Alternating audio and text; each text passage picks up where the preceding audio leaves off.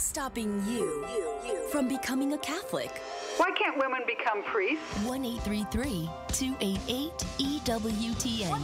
I don't understand why I have to earn salvation.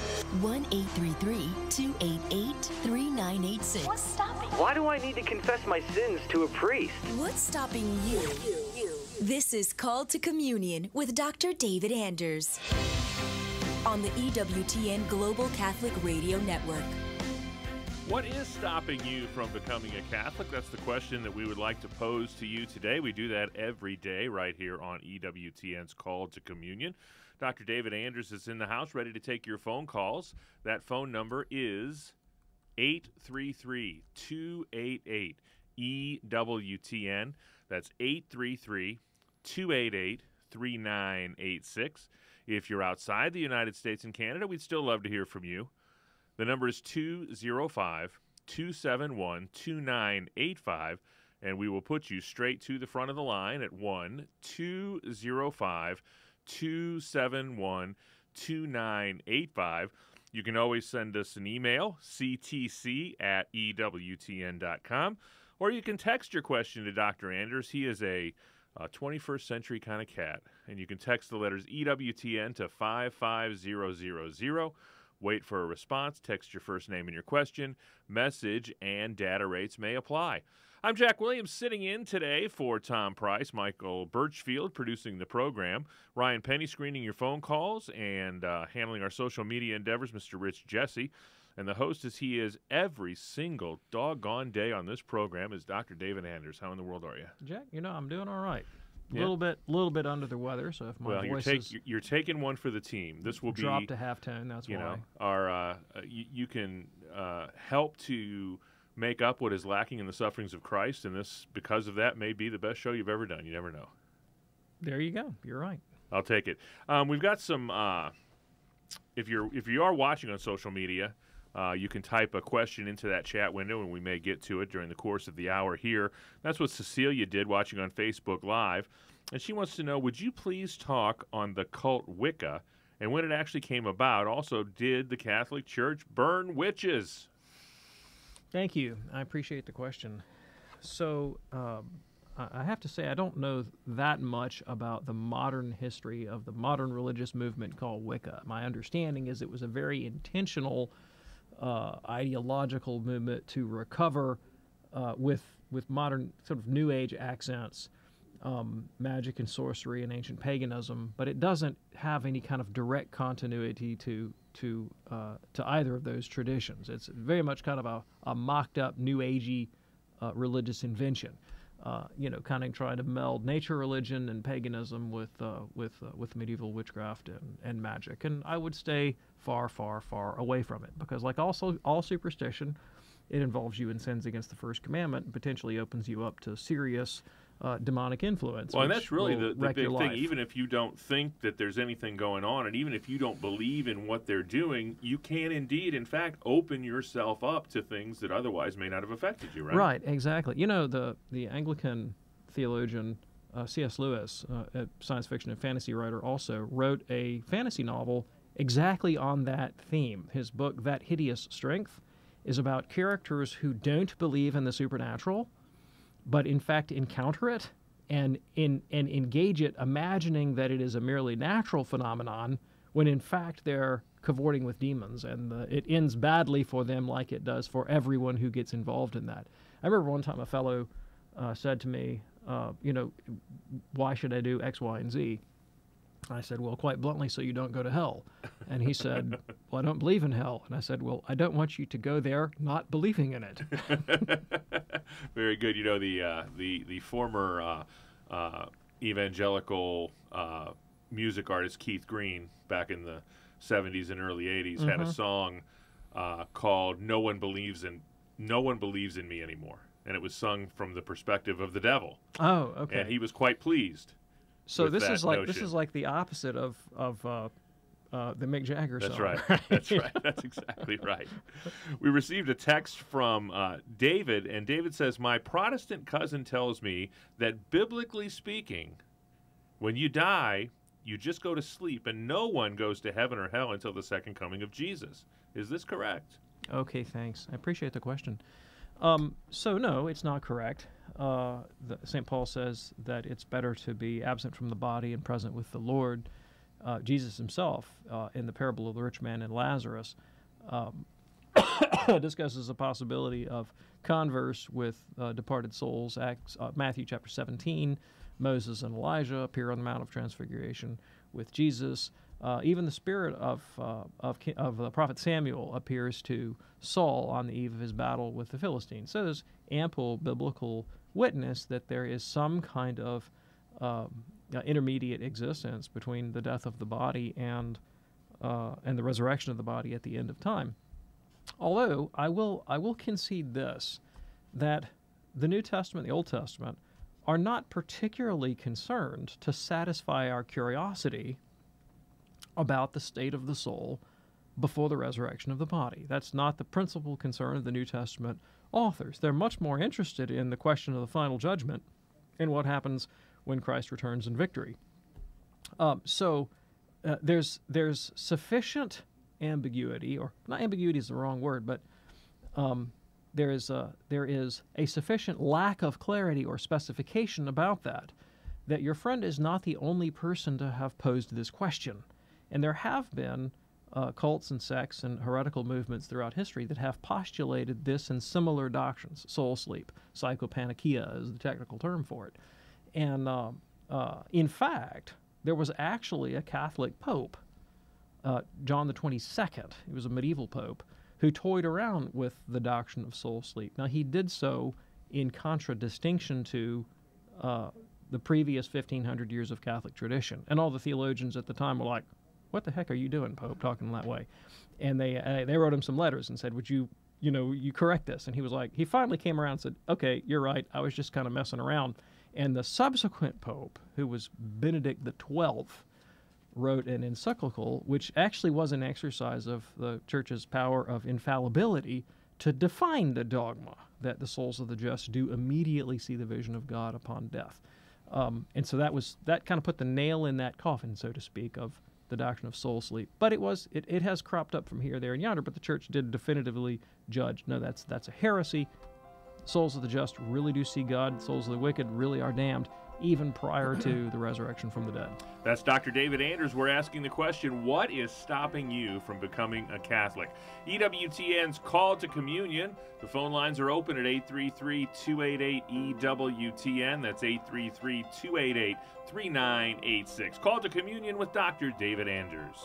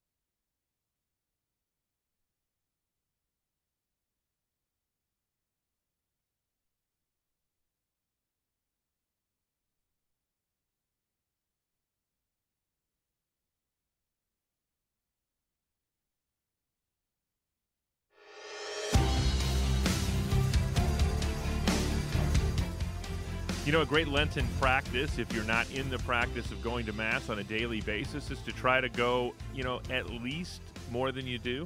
If you go once a week, then maybe a good resolution would be to go, other than Sunday, one day during the week. And if you go a couple days, maybe try to go 3 days. And a great opportunity to do that if you can't actually physically get out to Mass is to join us for the Holy Mass from Our Lady of the Angels Chapel tomorrow morning and every morning at 8 a.m. Eastern Time on EWTN radio and television. And tomorrow morning our celebrant will be the head of the community right now, the servant of the community, Father Mark Mary. So be sure to check that out tomorrow and every day at 8 a.m. Eastern Time. Are you ready for some phone calls? I'm ready. First up today is Sarah. She is in Atlanta, Georgia, listening on The Quest. Sarah, what's your question today for Dr. Anders? Hi, I called yesterday and we didn't quite get to finish talking about it, but I work in a Catholic school, and I was approached by a student yesterday who said that she admitted to me that she was gay, and also said that, you know, I talked to her just getting some clarifying. She said, well, God wants me to be happy, and this is the way that I can be happy. So I just wanted some clarification and some ways to lovingly steer her in the direction of our Catholic faith. Okay, thanks. I appreciate the question. So knowing the correct Catholic teaching on a particular issue and knowing how to present that pastorally to someone who is in need are two different things. And of the two, the hardest is to know prudently how to present a truth so that someone can be receptive to it. It sounds to me like this particular student is not opening up to you about a difficulty that they have so much as looking for justification for a decision that she's already made. She's already sort of locked onto the ideological narrative that our culture foists on us, that the way to happiness is to follow whatever it is that our sexual inclinations incline us towards, that's the path to happiness. How you penetrate that, of course, is going to take listening and openness and affirmation and accompaniment. But I think that the fundamental premise here that needs to be challenged is it the case, I mean, is this true that the path to happiness is found primarily by following my sexual inclination as the key marker of my identity? And that's what we need to call into question. And that she locates this in the mind and the will of God. What is God's ultimate plan for this student and for all of us is that we would be called into loving friendship with Him. And the highest manifestation of that friendship will be without explicitly bodily or sexual union of any kind. We're looking towards an eternity of infinite happiness in God, but it will be an intellectual happiness. It'll be the happiness of the beatific vision, and it will not have an overtly sensual and sexual component. And the character of our lives at present is to mirror that to a certain extent. So even within the sexual relationship of marriage, it is not the sexuality per se of marriage that generates, it may generate pleasure, but it's not that aspect of the relationship that generates transcendent happiness.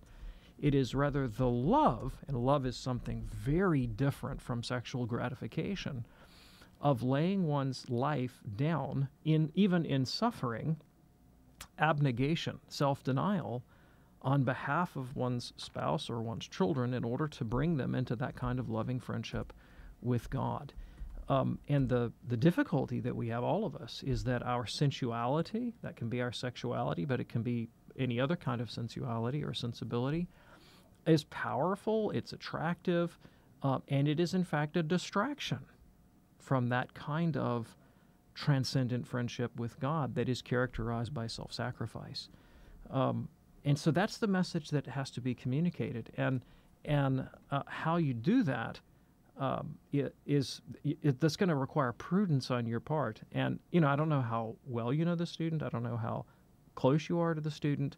And you have to maintain a certain kind of reserve and distance as a teacher. I mean, there are boundaries that you cannot cross. I don't know if the student mentioned this to you in confidence or if you're allowed to talk about it with other adults.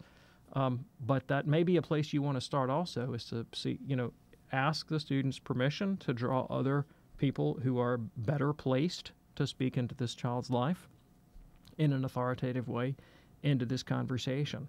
But I would ask a lot of questions. What is it that leads you to this conclusion about yourself? Is it just that, you have certain inclinations? What leads you to think that those inclinations become the single or primary identifier for who you are, as opposed to just passing inclinations? What makes you think that following inclination, following passion or appetite is the way to transcendent happiness? I mean, these are the kinds of questions.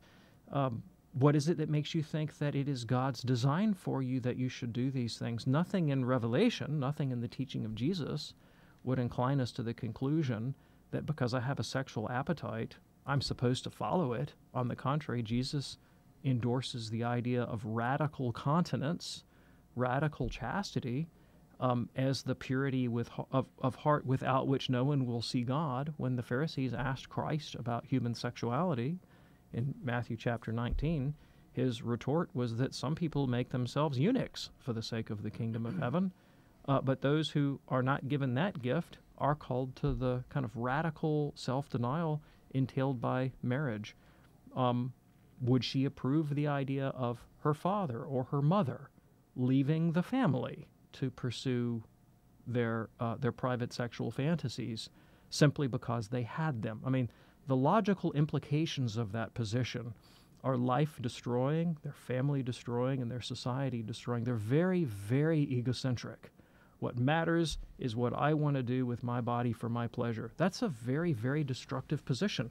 If we lived that way consistently, what would become of our loved ones, of our civilization? I mean, these are kinds of questions you can ask, but again, you have to do it in a very pastorally sensitive way, and you may not have the right to speak those questions into this child's life, so you may want to bring other people into the conversation. God bless you, Sarah. We'll keep you in our prayers as you have those conversations going forward. A couple of lines open for you at 833-288-EWTN. That's 833-288-3986. Next up is Doug in Cincinnati, Ohio, listening to Sacred Heart Radio. Doug, you're on with Dr. Anders. Hi, thanks for taking my call. My question is, I attend a parish that says the traditional Latin Mass. I believe they fall under Society of St. Pius X, SSPX. And my question to you is, do they fall under Rome's rules? So basically, quick story, was married at a very young age, just joined the Marine Corps, got married, and in this church, the bishop there gave us his blessing. We got married, and a few years later, we ended up getting divorced. Is that marriage recognized under Rome's rule, or is the parish I attend completely separate from what Rome is doing? Okay, so the question: you were married at an SSPX chapel by an SSPX priest, and this was some time ago. Is that correct? Yeah, 2004. Okay. That marriage is not going to be considered valid by the Catholic Church because the priest who celebrated that wedding at that time did not have valid jurisdiction to witness the promises of marriage. And today, the law of the Church is subtly different.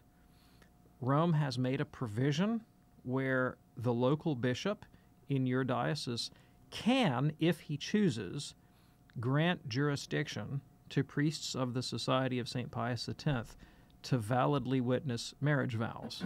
He doesn't have to do that, but he can. But in 2004, he would not have had that option, and so the priest who witnessed that marriage would not have had valid jurisdiction from a bishop to do that, and so that marriage would lack canonical form and would be on that basis invalid. So it would be a slam dunk easy case to obtain an annulment from the marriage tribunal of your diocese for that particular wedding ceremony. It would be null and void, and a marriage tribunal would find that very quickly. Is that helpful, Doug? From that, yeah, absolutely. And then just going forward from that, I would be able to participate in the other sacraments such as confession and taking communion. Sure, absolutely. Yeah, if you are provided, I mean, that you're in the state of grace and you meet the proper conditions, you've been to confession and aren't conscious of mortal sin, all that sort of thing. And so if you were involved in a illicit relationship that was not a valid marriage, there'd be matter there to bring up in the confessional, and you need to do that and get absolved. But yes, I mean, with the declaration of nullity, there's no barrier to your participating in the rites and sacraments of the Catholic Church, provided you're in the state of grace and you're a Catholic. Thanks, Doug. We appreciate that call. Plenty of time for your phone calls at 833-288-EWTN. We're asking the question, as we do every day at this time, what is stopping you from becoming a Catholic? Is there one teaching that has kept you from digging deeper into the possibility of looking into the Catholic faith? Perhaps you've kind of been on the brink of converting and something has held you back. We'd love to talk to you about that today at 833-288-3986. We head next to Great Falls, Montana. Ken is in Great Falls, listening on Sirius XM Channel 130. Ken, what's your question today for Dr. Anders? Hi, good afternoon. I was just curious, as a convert, I don't understand why people don't dive into what the truth is, go back in the history of where the church came from. And in your opinion, what do you think prevents people from wanting to find out what the truth is? Being a lifelong Catholic, I was approached by other religions, but when you look into them, you can find out that it's just somebody made up their mind and went astray. So, and then just how to help people start to mine into what the truth is and how to find the answer. Sure, I really appreciate the question, and there's a lot we can say about this. First of all, to have faith in divine revelation in the Catholic Church requires a gift of grace. And the motives of credibility, those evidences for the divine authority of the Catholic faith, are genuine motives to make it rational to believe in Catholicism, to see that there is objective evidence that the Catholic Church speaks with divine authority. But actually to be moved by those motives to the point of surrendering one's will in obedience to the authority of God in the Catholic Church, that requires an act of supernatural grace. And it is manifest that not everyone who confronts those evidences will so submit, and not everyone has that grace. And even those to whom God extends grace, it remains possible for them to resist grace. I remember in my own journey, there was a moment in time when I recognized, if I am to follow Christ intelligently as an intellectually fulfilled Christian, I can only do so as a Catholic. To become Catholic is going to cost me a lot, emotionally and socially and in my family life, and I do not wish to pay that price. I will not so submit. And I had about a year in limbo where I refrained from becoming Catholic, not for any intellectual reason, but because it was too costly to do so. This is something that Jesus anticipates. He says, before you go build a tower, make sure you count the cost so you don't get stuck halfway up and look like an idiot. Concepts are very attractive until you have to get your wallet out, huh? Until you have to get your wallet out, exactly. So that's part of the answer.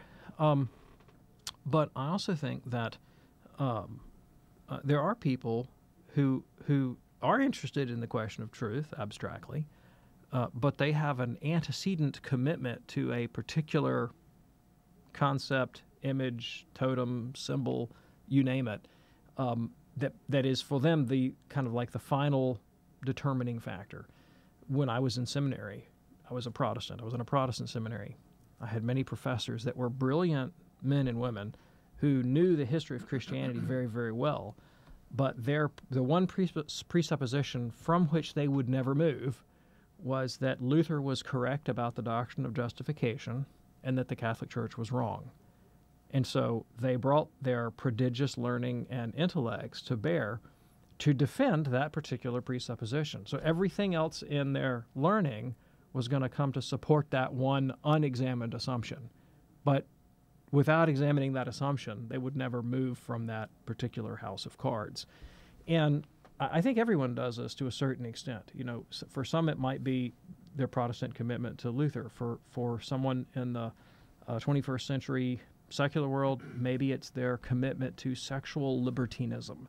Maybe the thing that they will never question is their right to follow their sexual passions wherever they may lead them, and they're willing to contemplate any religious system provided it doesn't challenge that one superstitious belief. I remember one time reading an ethnography about primitive religion, this particular group that did something very silly that I don't have time to tell you about because here comes the music. But that was the thing they weren't going to give up, you know, and that's superstition is embedded in the human heart. It takes an act of grace to uproot it. 833-288-EWTN is our toll-free number, 833-288-3986. Plenty of time for your calls on Call to Communion with Dr. David Anders.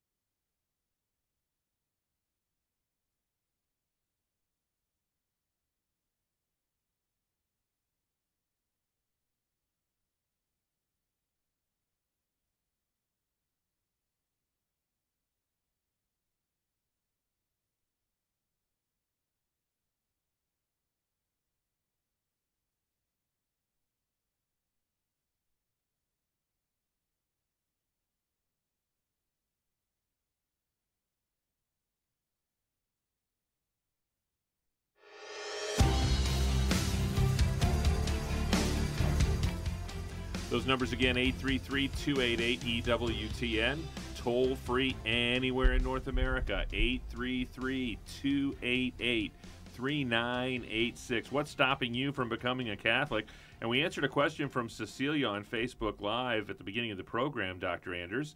And Cecilia must be watching on Facebook today because she points out we didn't get to the second part of her question, which was, sorry. Did the Catholic Church burn witches? Yes, I appreciate the question. So for 2,000 years, Catholics have affirmed the legitimacy of the death penalty for certain felonies in civil society, and so in Catholic civilizations, up until very recently, including, I might add, in the Vatican city-state, the Papal States, executions have been performed for criminals who are guilty of high crimes and misdemeanors, including but not limited to the civil crime of practicing black magic. So have sorcerers and heretics been executed for civil crimes against the state, and heresy could be defined in the criminal code as a crime? The answer to that question is yes. Now, are we doing it at present? No. But has it happened historically? Yes, it has. It's worth placing that in context, however. It is not only Catholics that have treated sorcery and black magic as a crime that is subject to the penal code, and which in a cult. Keep in mind, in the 17th century, when pilgrims were fleeing to the New World to escape religious persecution and, from the state of England, the Protestant state of England. You could be executed in England in the 17th century for stealing a glove. All right, for stealing a glove. I mean, for crimes that we would barely consider punishable, most societies throughout history have not hesitated to impose the death penalty. And the idea of breaking the veil between here and the world of darkness and exposing yourself, your loved ones, and your society to grave spiritual danger has always been treated as a very, very serious offense. Now, it is a serious offense. Now, we no longer judge it prudent to execute people for doing that. But that's not unique to the Catholic world. Protestant jurisdictions would have done the same thing. Jewish jurisdictions in antiquity would have done the same thing. Islamic jurisdictions would have done the same thing. And even in the pagan world, you would have found precious little tolerance for certain forms of magic and superstition. In fact, one of the reasons why the Romans put Christians to death in antiquity was precisely because they thought that Christians were practicing certain forms of black magic, necromancy, and necrophilia, because they would have so-called love feasts in cemeteries and eat and drink the body and blood of a guy named Jesus. And the Romans went, that's some creepy stuff, man, we're going to kill you for it. So that attitude is one that's extraordinarily common across civilizations and throughout history.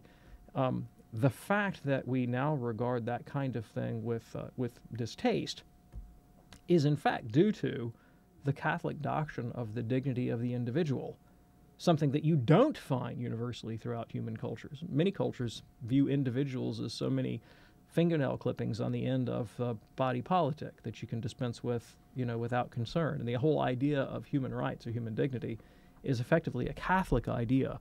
And the fruit of that seeded into civilization is the kind of regard for the human person that has now eventuated in a resistance to things like the death penalty for these kinds of crimes. We have phone lines open for you at 833-288-EWTN. That's 833-288-3986. It's toll-free anywhere in North America. If you're outside the United States and Canada, your number is 1-205-271-2985, and we'll put you straight to the front of the line at 1-205-271-2985. Kevin is also watching on Facebook Live, and he says, why do the Greek Orthodox believe that Catholics are in schism with them rather than them with us? Who was their quote-unquote founder? Okay, I appreciate it. So, when you go back into 1st, 2nd, 3rd, 4th century, there is no position other than that Rome has the primacy because it has inherited it from St. Peter. When the question about which of the patriarchal churches is preeminent, it's unanimous that it's Rome. Why is it Rome? Well, because Rome has inherited the See of St. Peter. That is the universal position. When the capital of the empire moved from Rome to Constantinople, you find some Byzantine Eastern theologians who float the idea, well, perhaps we should move the patriarchal see, the preeminent see, the Petrine see, from Rome to Constantinople because the political empire has moved. And they floated that idea at the Council of Constantinople, and it was uniformly rejected by the Pope and by the bishops. So it was a novel idea. No, that's not the Catholic faith, they said. And so you had a united one Holy Catholic and Apostolic Church for basically a millennia. There was a patriarch of Constantinople in the Middle Ages named Photius, who attempted to reject the authority of the Pope, but he was eventually reconciled to the Pope on his deathbed. It was basically over the legitimacy of his appointment to the patriarchate, and he wanted to appeal to Rome to defend his position, and Rome refused, and so then he said, okay, well, I reject the authority of Rome, but he was ultimately reconciled to Rome. And so the formalizing of the Byzantine rejection of Roman authority took place really in steps over centuries, over more or less political concerns. So Michael Cellularius in the 12th century would have been one who I suppose you could name him as a key figure in this division. But it really unfolded over the course of centuries. It kind of was solidified by the time of the Fourth Crusade, when the Latin Crusaders sacked the city of Constantinople. That unsurprisingly did not go down well with the Byzantine Empire, and the rupture was more or less complete. So I hope that answers your question.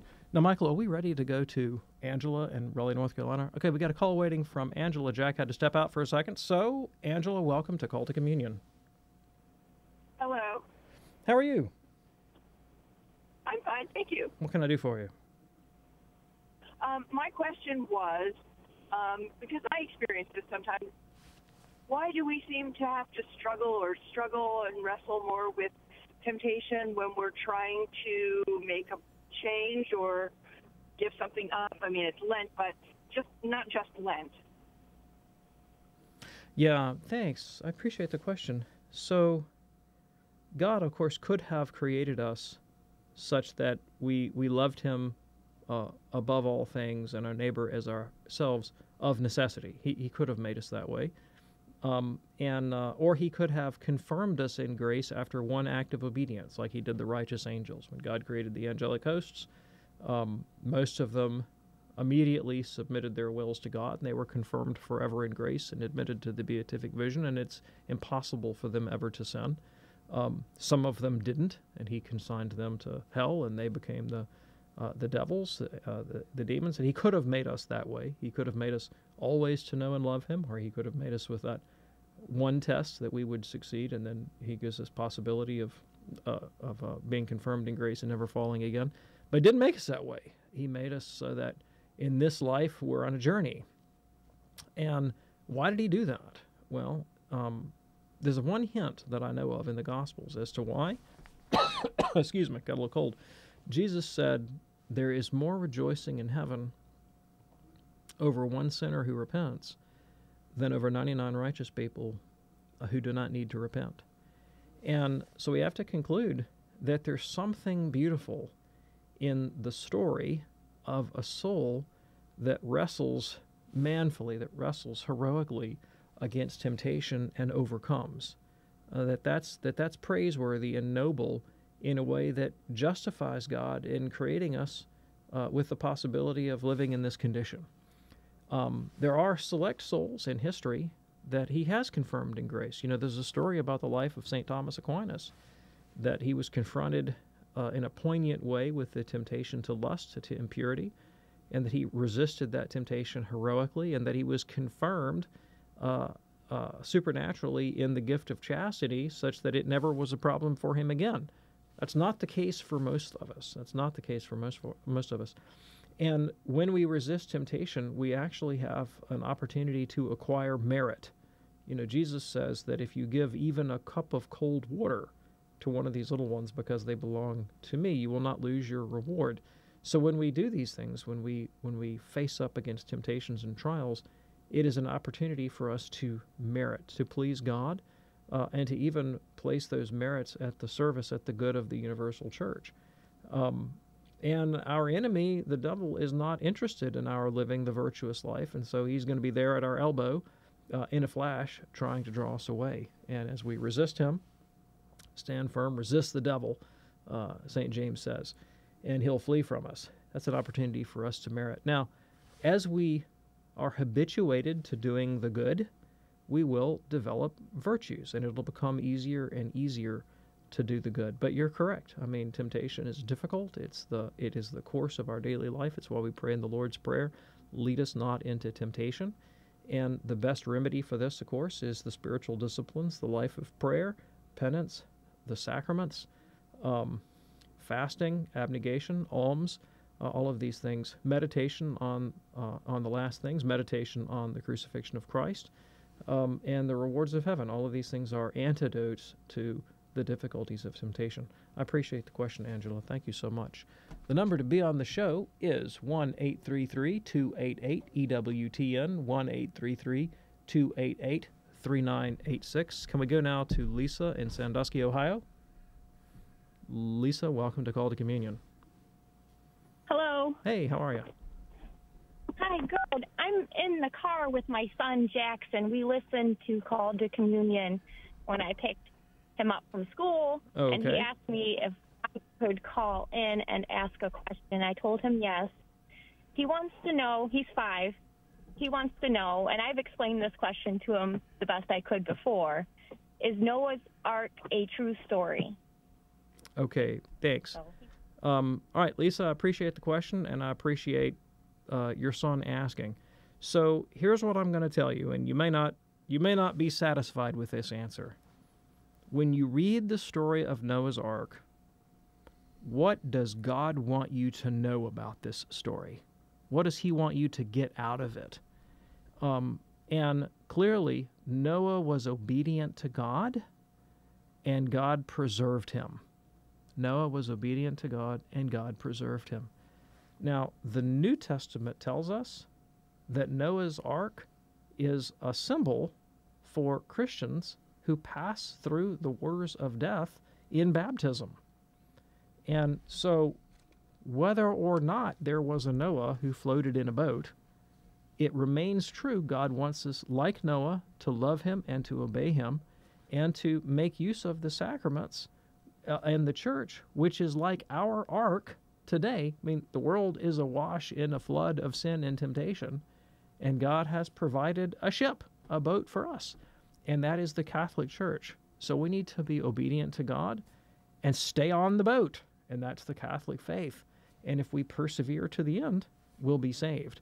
That's what we need to know about Noah and the ark, and questions about, was there a man named Noah and when did he live? These things are interesting, and we can explore them, but they are not. They're not the most important thing that we need to know from the story. Is that helpful, Lisa? Yes. Yeah. Was that helpful, Jack? Yeah. All right, Hey, Jack. thanks, Jack. Good job out of you, buddy. He is obviously a brilliant child named Jack. The Hey, number to Jack. be on the program is 833-288-3986. That's 833-288-EWTN. There's a lot of, it's not just Noah's Ark. There are other Old Testament accounts that the same answer really applies to. And for parents who are talking to their small children sometimes, the Catechism of the Catholic Church does a really nice job in a lot of these instances of kind of laying out what a responsible Catholic ought to believe about such things. Sure, absolutely. That's correct. 833-288-EWTN is our toll-free number. Ben was watching on Facebook, and he writes in, when Jesus ascended, I like this, did he literally rise into the air like a rocket, only slower? Sure. So he rose into the air. He surely did. I don't know that it was like a rocket. I don't know if we had spouts of flame shooting out of his sandals. That'd be kind of cool if he did. But yeah, it was a literal bodily ascension. So you could have witnessed it if you had been there. If you'd have been, I had. Now that you say that, I had the great opportunity when I was in seminary to study with the Protestant theologian Carl F.H. Henry, who was one of the big names in Protestant evangelicalism in the 20th century, and a keen defender of the doctrine of Christ's bodily resurrection. And he tells the story about being in Washington, D.C. when the Swiss theologian Karl Barth came to speak in the United States. And Barth was something of an international rock star at the time, but not somebody who concerned himself overly with the question of the historicity of the resurrection. And Carl Henry at the time was the editor of Christianity Today. So he jumps up at the press conference and gets the first question in, and he says, Professor Barth, we're gathered here with all these reporters from around the country to hear you speak. On Easter Sunday, if this same body of reporters had been present at the tomb of Christ, would Jesus' emergence from the tomb have been the kind of event that they could have reported in the newspaper, one that they would have been able to witness empirically and then put down as, having had happened? And he said that Barth got angry with him and shot back, "Did you say Christianity today or Christianity yesterday?" And Carl Henry, not being slow on the draw, said Christianity yesterday, today, and forever. And to this today, I don't share the faith of Carl Henry. He was a Baptist, and I'm a Catholic, but I was deeply appreciative of that story and of his answer. It's a clever way to ask the question. Yeah, that's for sure. Was. Back to the phones we go. Deacon Tim is in Peoria, Illinois. Boy, there's some beautiful churches in Peoria, Illinois.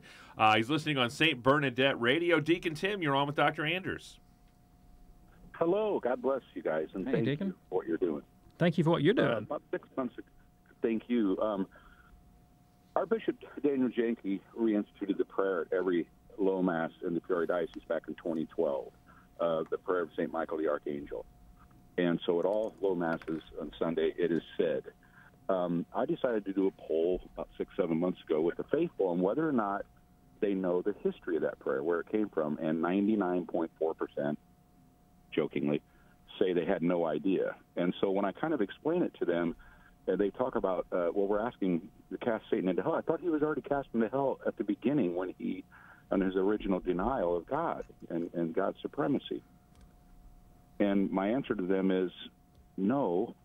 And I go into explanation, but I'd like if you could kind of help me to further that cause of explaining to them that we're susceptible, that he is working very overtime here on earth, and not necessarily has he been cast into hell. Sure. I appreciate the question a lot. So, the New Testament tells us that our enemy, the devil, roves around like a lion, prowls around like a lion, looking for roaring lion, for whom he might devour. And direct confrontation with the forces of evil was integral to the ministry of Christ, especially in the Gospel of Mark. Jesus seems to be an exorcist par excellence. Above everything else, he's confronting demons and casting them out. And this is part of the charge that he gives to his apostles, that they cast out demons, heal the sick, and preach the good news. And this is so much a part of the Christian tradition that in antiquity, when you read the fathers of the church, a writer like Tertullian will report that it is the exorcisms that Christians performed in the public square that had the greatest evangelistic impact on the pagans around them. It wasn't so much the appeal of the message as it was the demonstration of power over the forces of evil. Ramsay MacMullen, who's a secular historian, concludes, without passing judgment on the reality of what's taking place in exorcism, that this was the most characteristic Christian activity to be witnessed by pagans in antiquity, the practice of exorcisms, and had a powerful impact on how the church was perceived in the world. So clearly, and today, as you know, every bishop is, by definition, the chief exorcist of his diocese, although he generally delegates that work to a specific priest in his jurisdiction who carries that out on a regular basis. And so just because the faithful don't see it happening, because it's usually done behind closed doors and in secret, for obvious reasons, generally, there's an exorcist who's working overtime in every diocese dealing with this stuff all the time. My priest, actually, at my parish just this past week, preached on this question and told some anecdotes about times when he had personally been involved in exorcisms and how it literally scared the hell out of him, And so it's very real. Now, what is this business about casting Satan into hell if he's already in hell? Well, clearly, Satan is alienated from the presence of God and does not enjoy the beatific vision, does not enjoy God's presence, and is conscious of his utter rejection. And yet, there does seem to be there is for certain, we know, that he has a free hand on earth to a certain extent that he will lose when Christ finally culminates his victory at the second coming. And the ministry of exorcism is a kind of anticipation of that. And we know anecdotally from the stories of exorcists that when they confront demons, the demons are loath to respond to the command to leave the demoniac and to be cast into hell. So, metaphysically, what does that entail for a demon who's already in despair because of his hatred of God to be consigned even further to hell? I don't think we really know the details about that, but there is something that they can suffer now that they don't suffer, but they do at the hands of exorcists. And that's about the best that we can do And this will all become plain to us, of course, when Jesus comes back. You know, if you missed this episode of Call to Communion or any of our shows, don't fear. We record them all. We make them available to you via podcast, and you can check out all of those archived audio programs at EWTN.com/podcast. Back to the phones we go. Sarah's in Wake Forest, North Carolina, listening to EWTN Radio. Sarah, you are on with Dr. David Anders. Hi.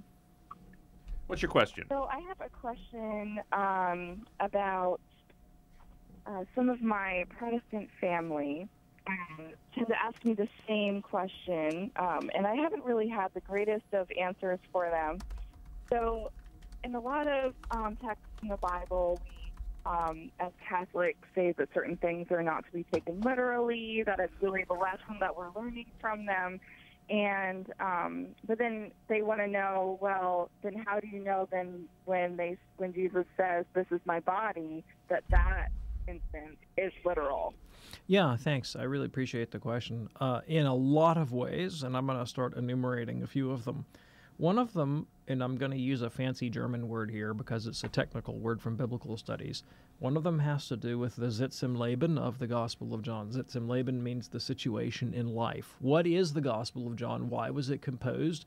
To what audience and for what purpose? And it's evident from its historical situation that the Gospel of John was written to a pre-existing Christian community that was already conversant with the life of the sacraments. They're already celebrating. So John isn't telling them about the sacraments. He's writing a community that is celebrating them and saying, here's a mystical text for you to use in your sacramental celebration. So in 1 Corinthians chapter 11, St. Paul does the same thing. He adverts to a pre-existing sacramental tradition that is earlier than the text of the Bible itself, when he says, the tradition that I receive from the Lord, I hand on to you. And then he enumerates the elements of the liturgy. And part of the thing that he hands on, that he talks to them about, is the reality of Christ's corporeal presence in this sacramental celebration. It's precisely why the Corinthians have to behave properly. They can't have any schisms among them. They can't have any sexual immorality among them, because if they do, then they are going to partake of the body and blood of the Lord in an unworthy manner, and then therefore be guilty of the body and blood of the Lord. So just as Paul is adverting to a pre-existing liturgical tradition that presupposes the bodily presence of Christ in their midst, so too the Gospel of John does that. So John is writing to people who are going to be reading the Gospel of John, and they're like, oh yeah, we know what he's talking about. When Jesus says in John chapter 3, unless you're born again in water and the Spirit, he speaks in an oblique way, but his listeners would have known instantly, oh yeah, he's talking about baptism. In the same way when Christ says, unless you eat the flesh of the Son of Man, drink his blood, you don't have life. Now there's an interesting a dramatic irony in the text, because the characters in the narrative don't know what he's talking about. All right, now you know what literary irony is, when the reader knows something that the characters don't know. And John uses a form of literary irony, because the characters don't know how Jesus is going to pull this trick off, but the reader, who's already celebrating the liturgy, goes, I get it, that's what he's talking about. Now, here comes the music. If I had more time, I could give you more proofs. I will just say John also has to be read in the canonical context of all the four Gospels, and the other three institution narratives all say, this is my body. And Christ said what he meant what he said, and speaks of divine authority. And we can situate that later in the sacrificial and cultic history of Israel to make more sense of it. But that's enough to go on for the time being. Thanks so much, Sarah, for your question. Thanks to all of our listeners and all of our email questions and our phone questions. Back at it tomorrow on EWTN's Call to Communion. Until then, God bless.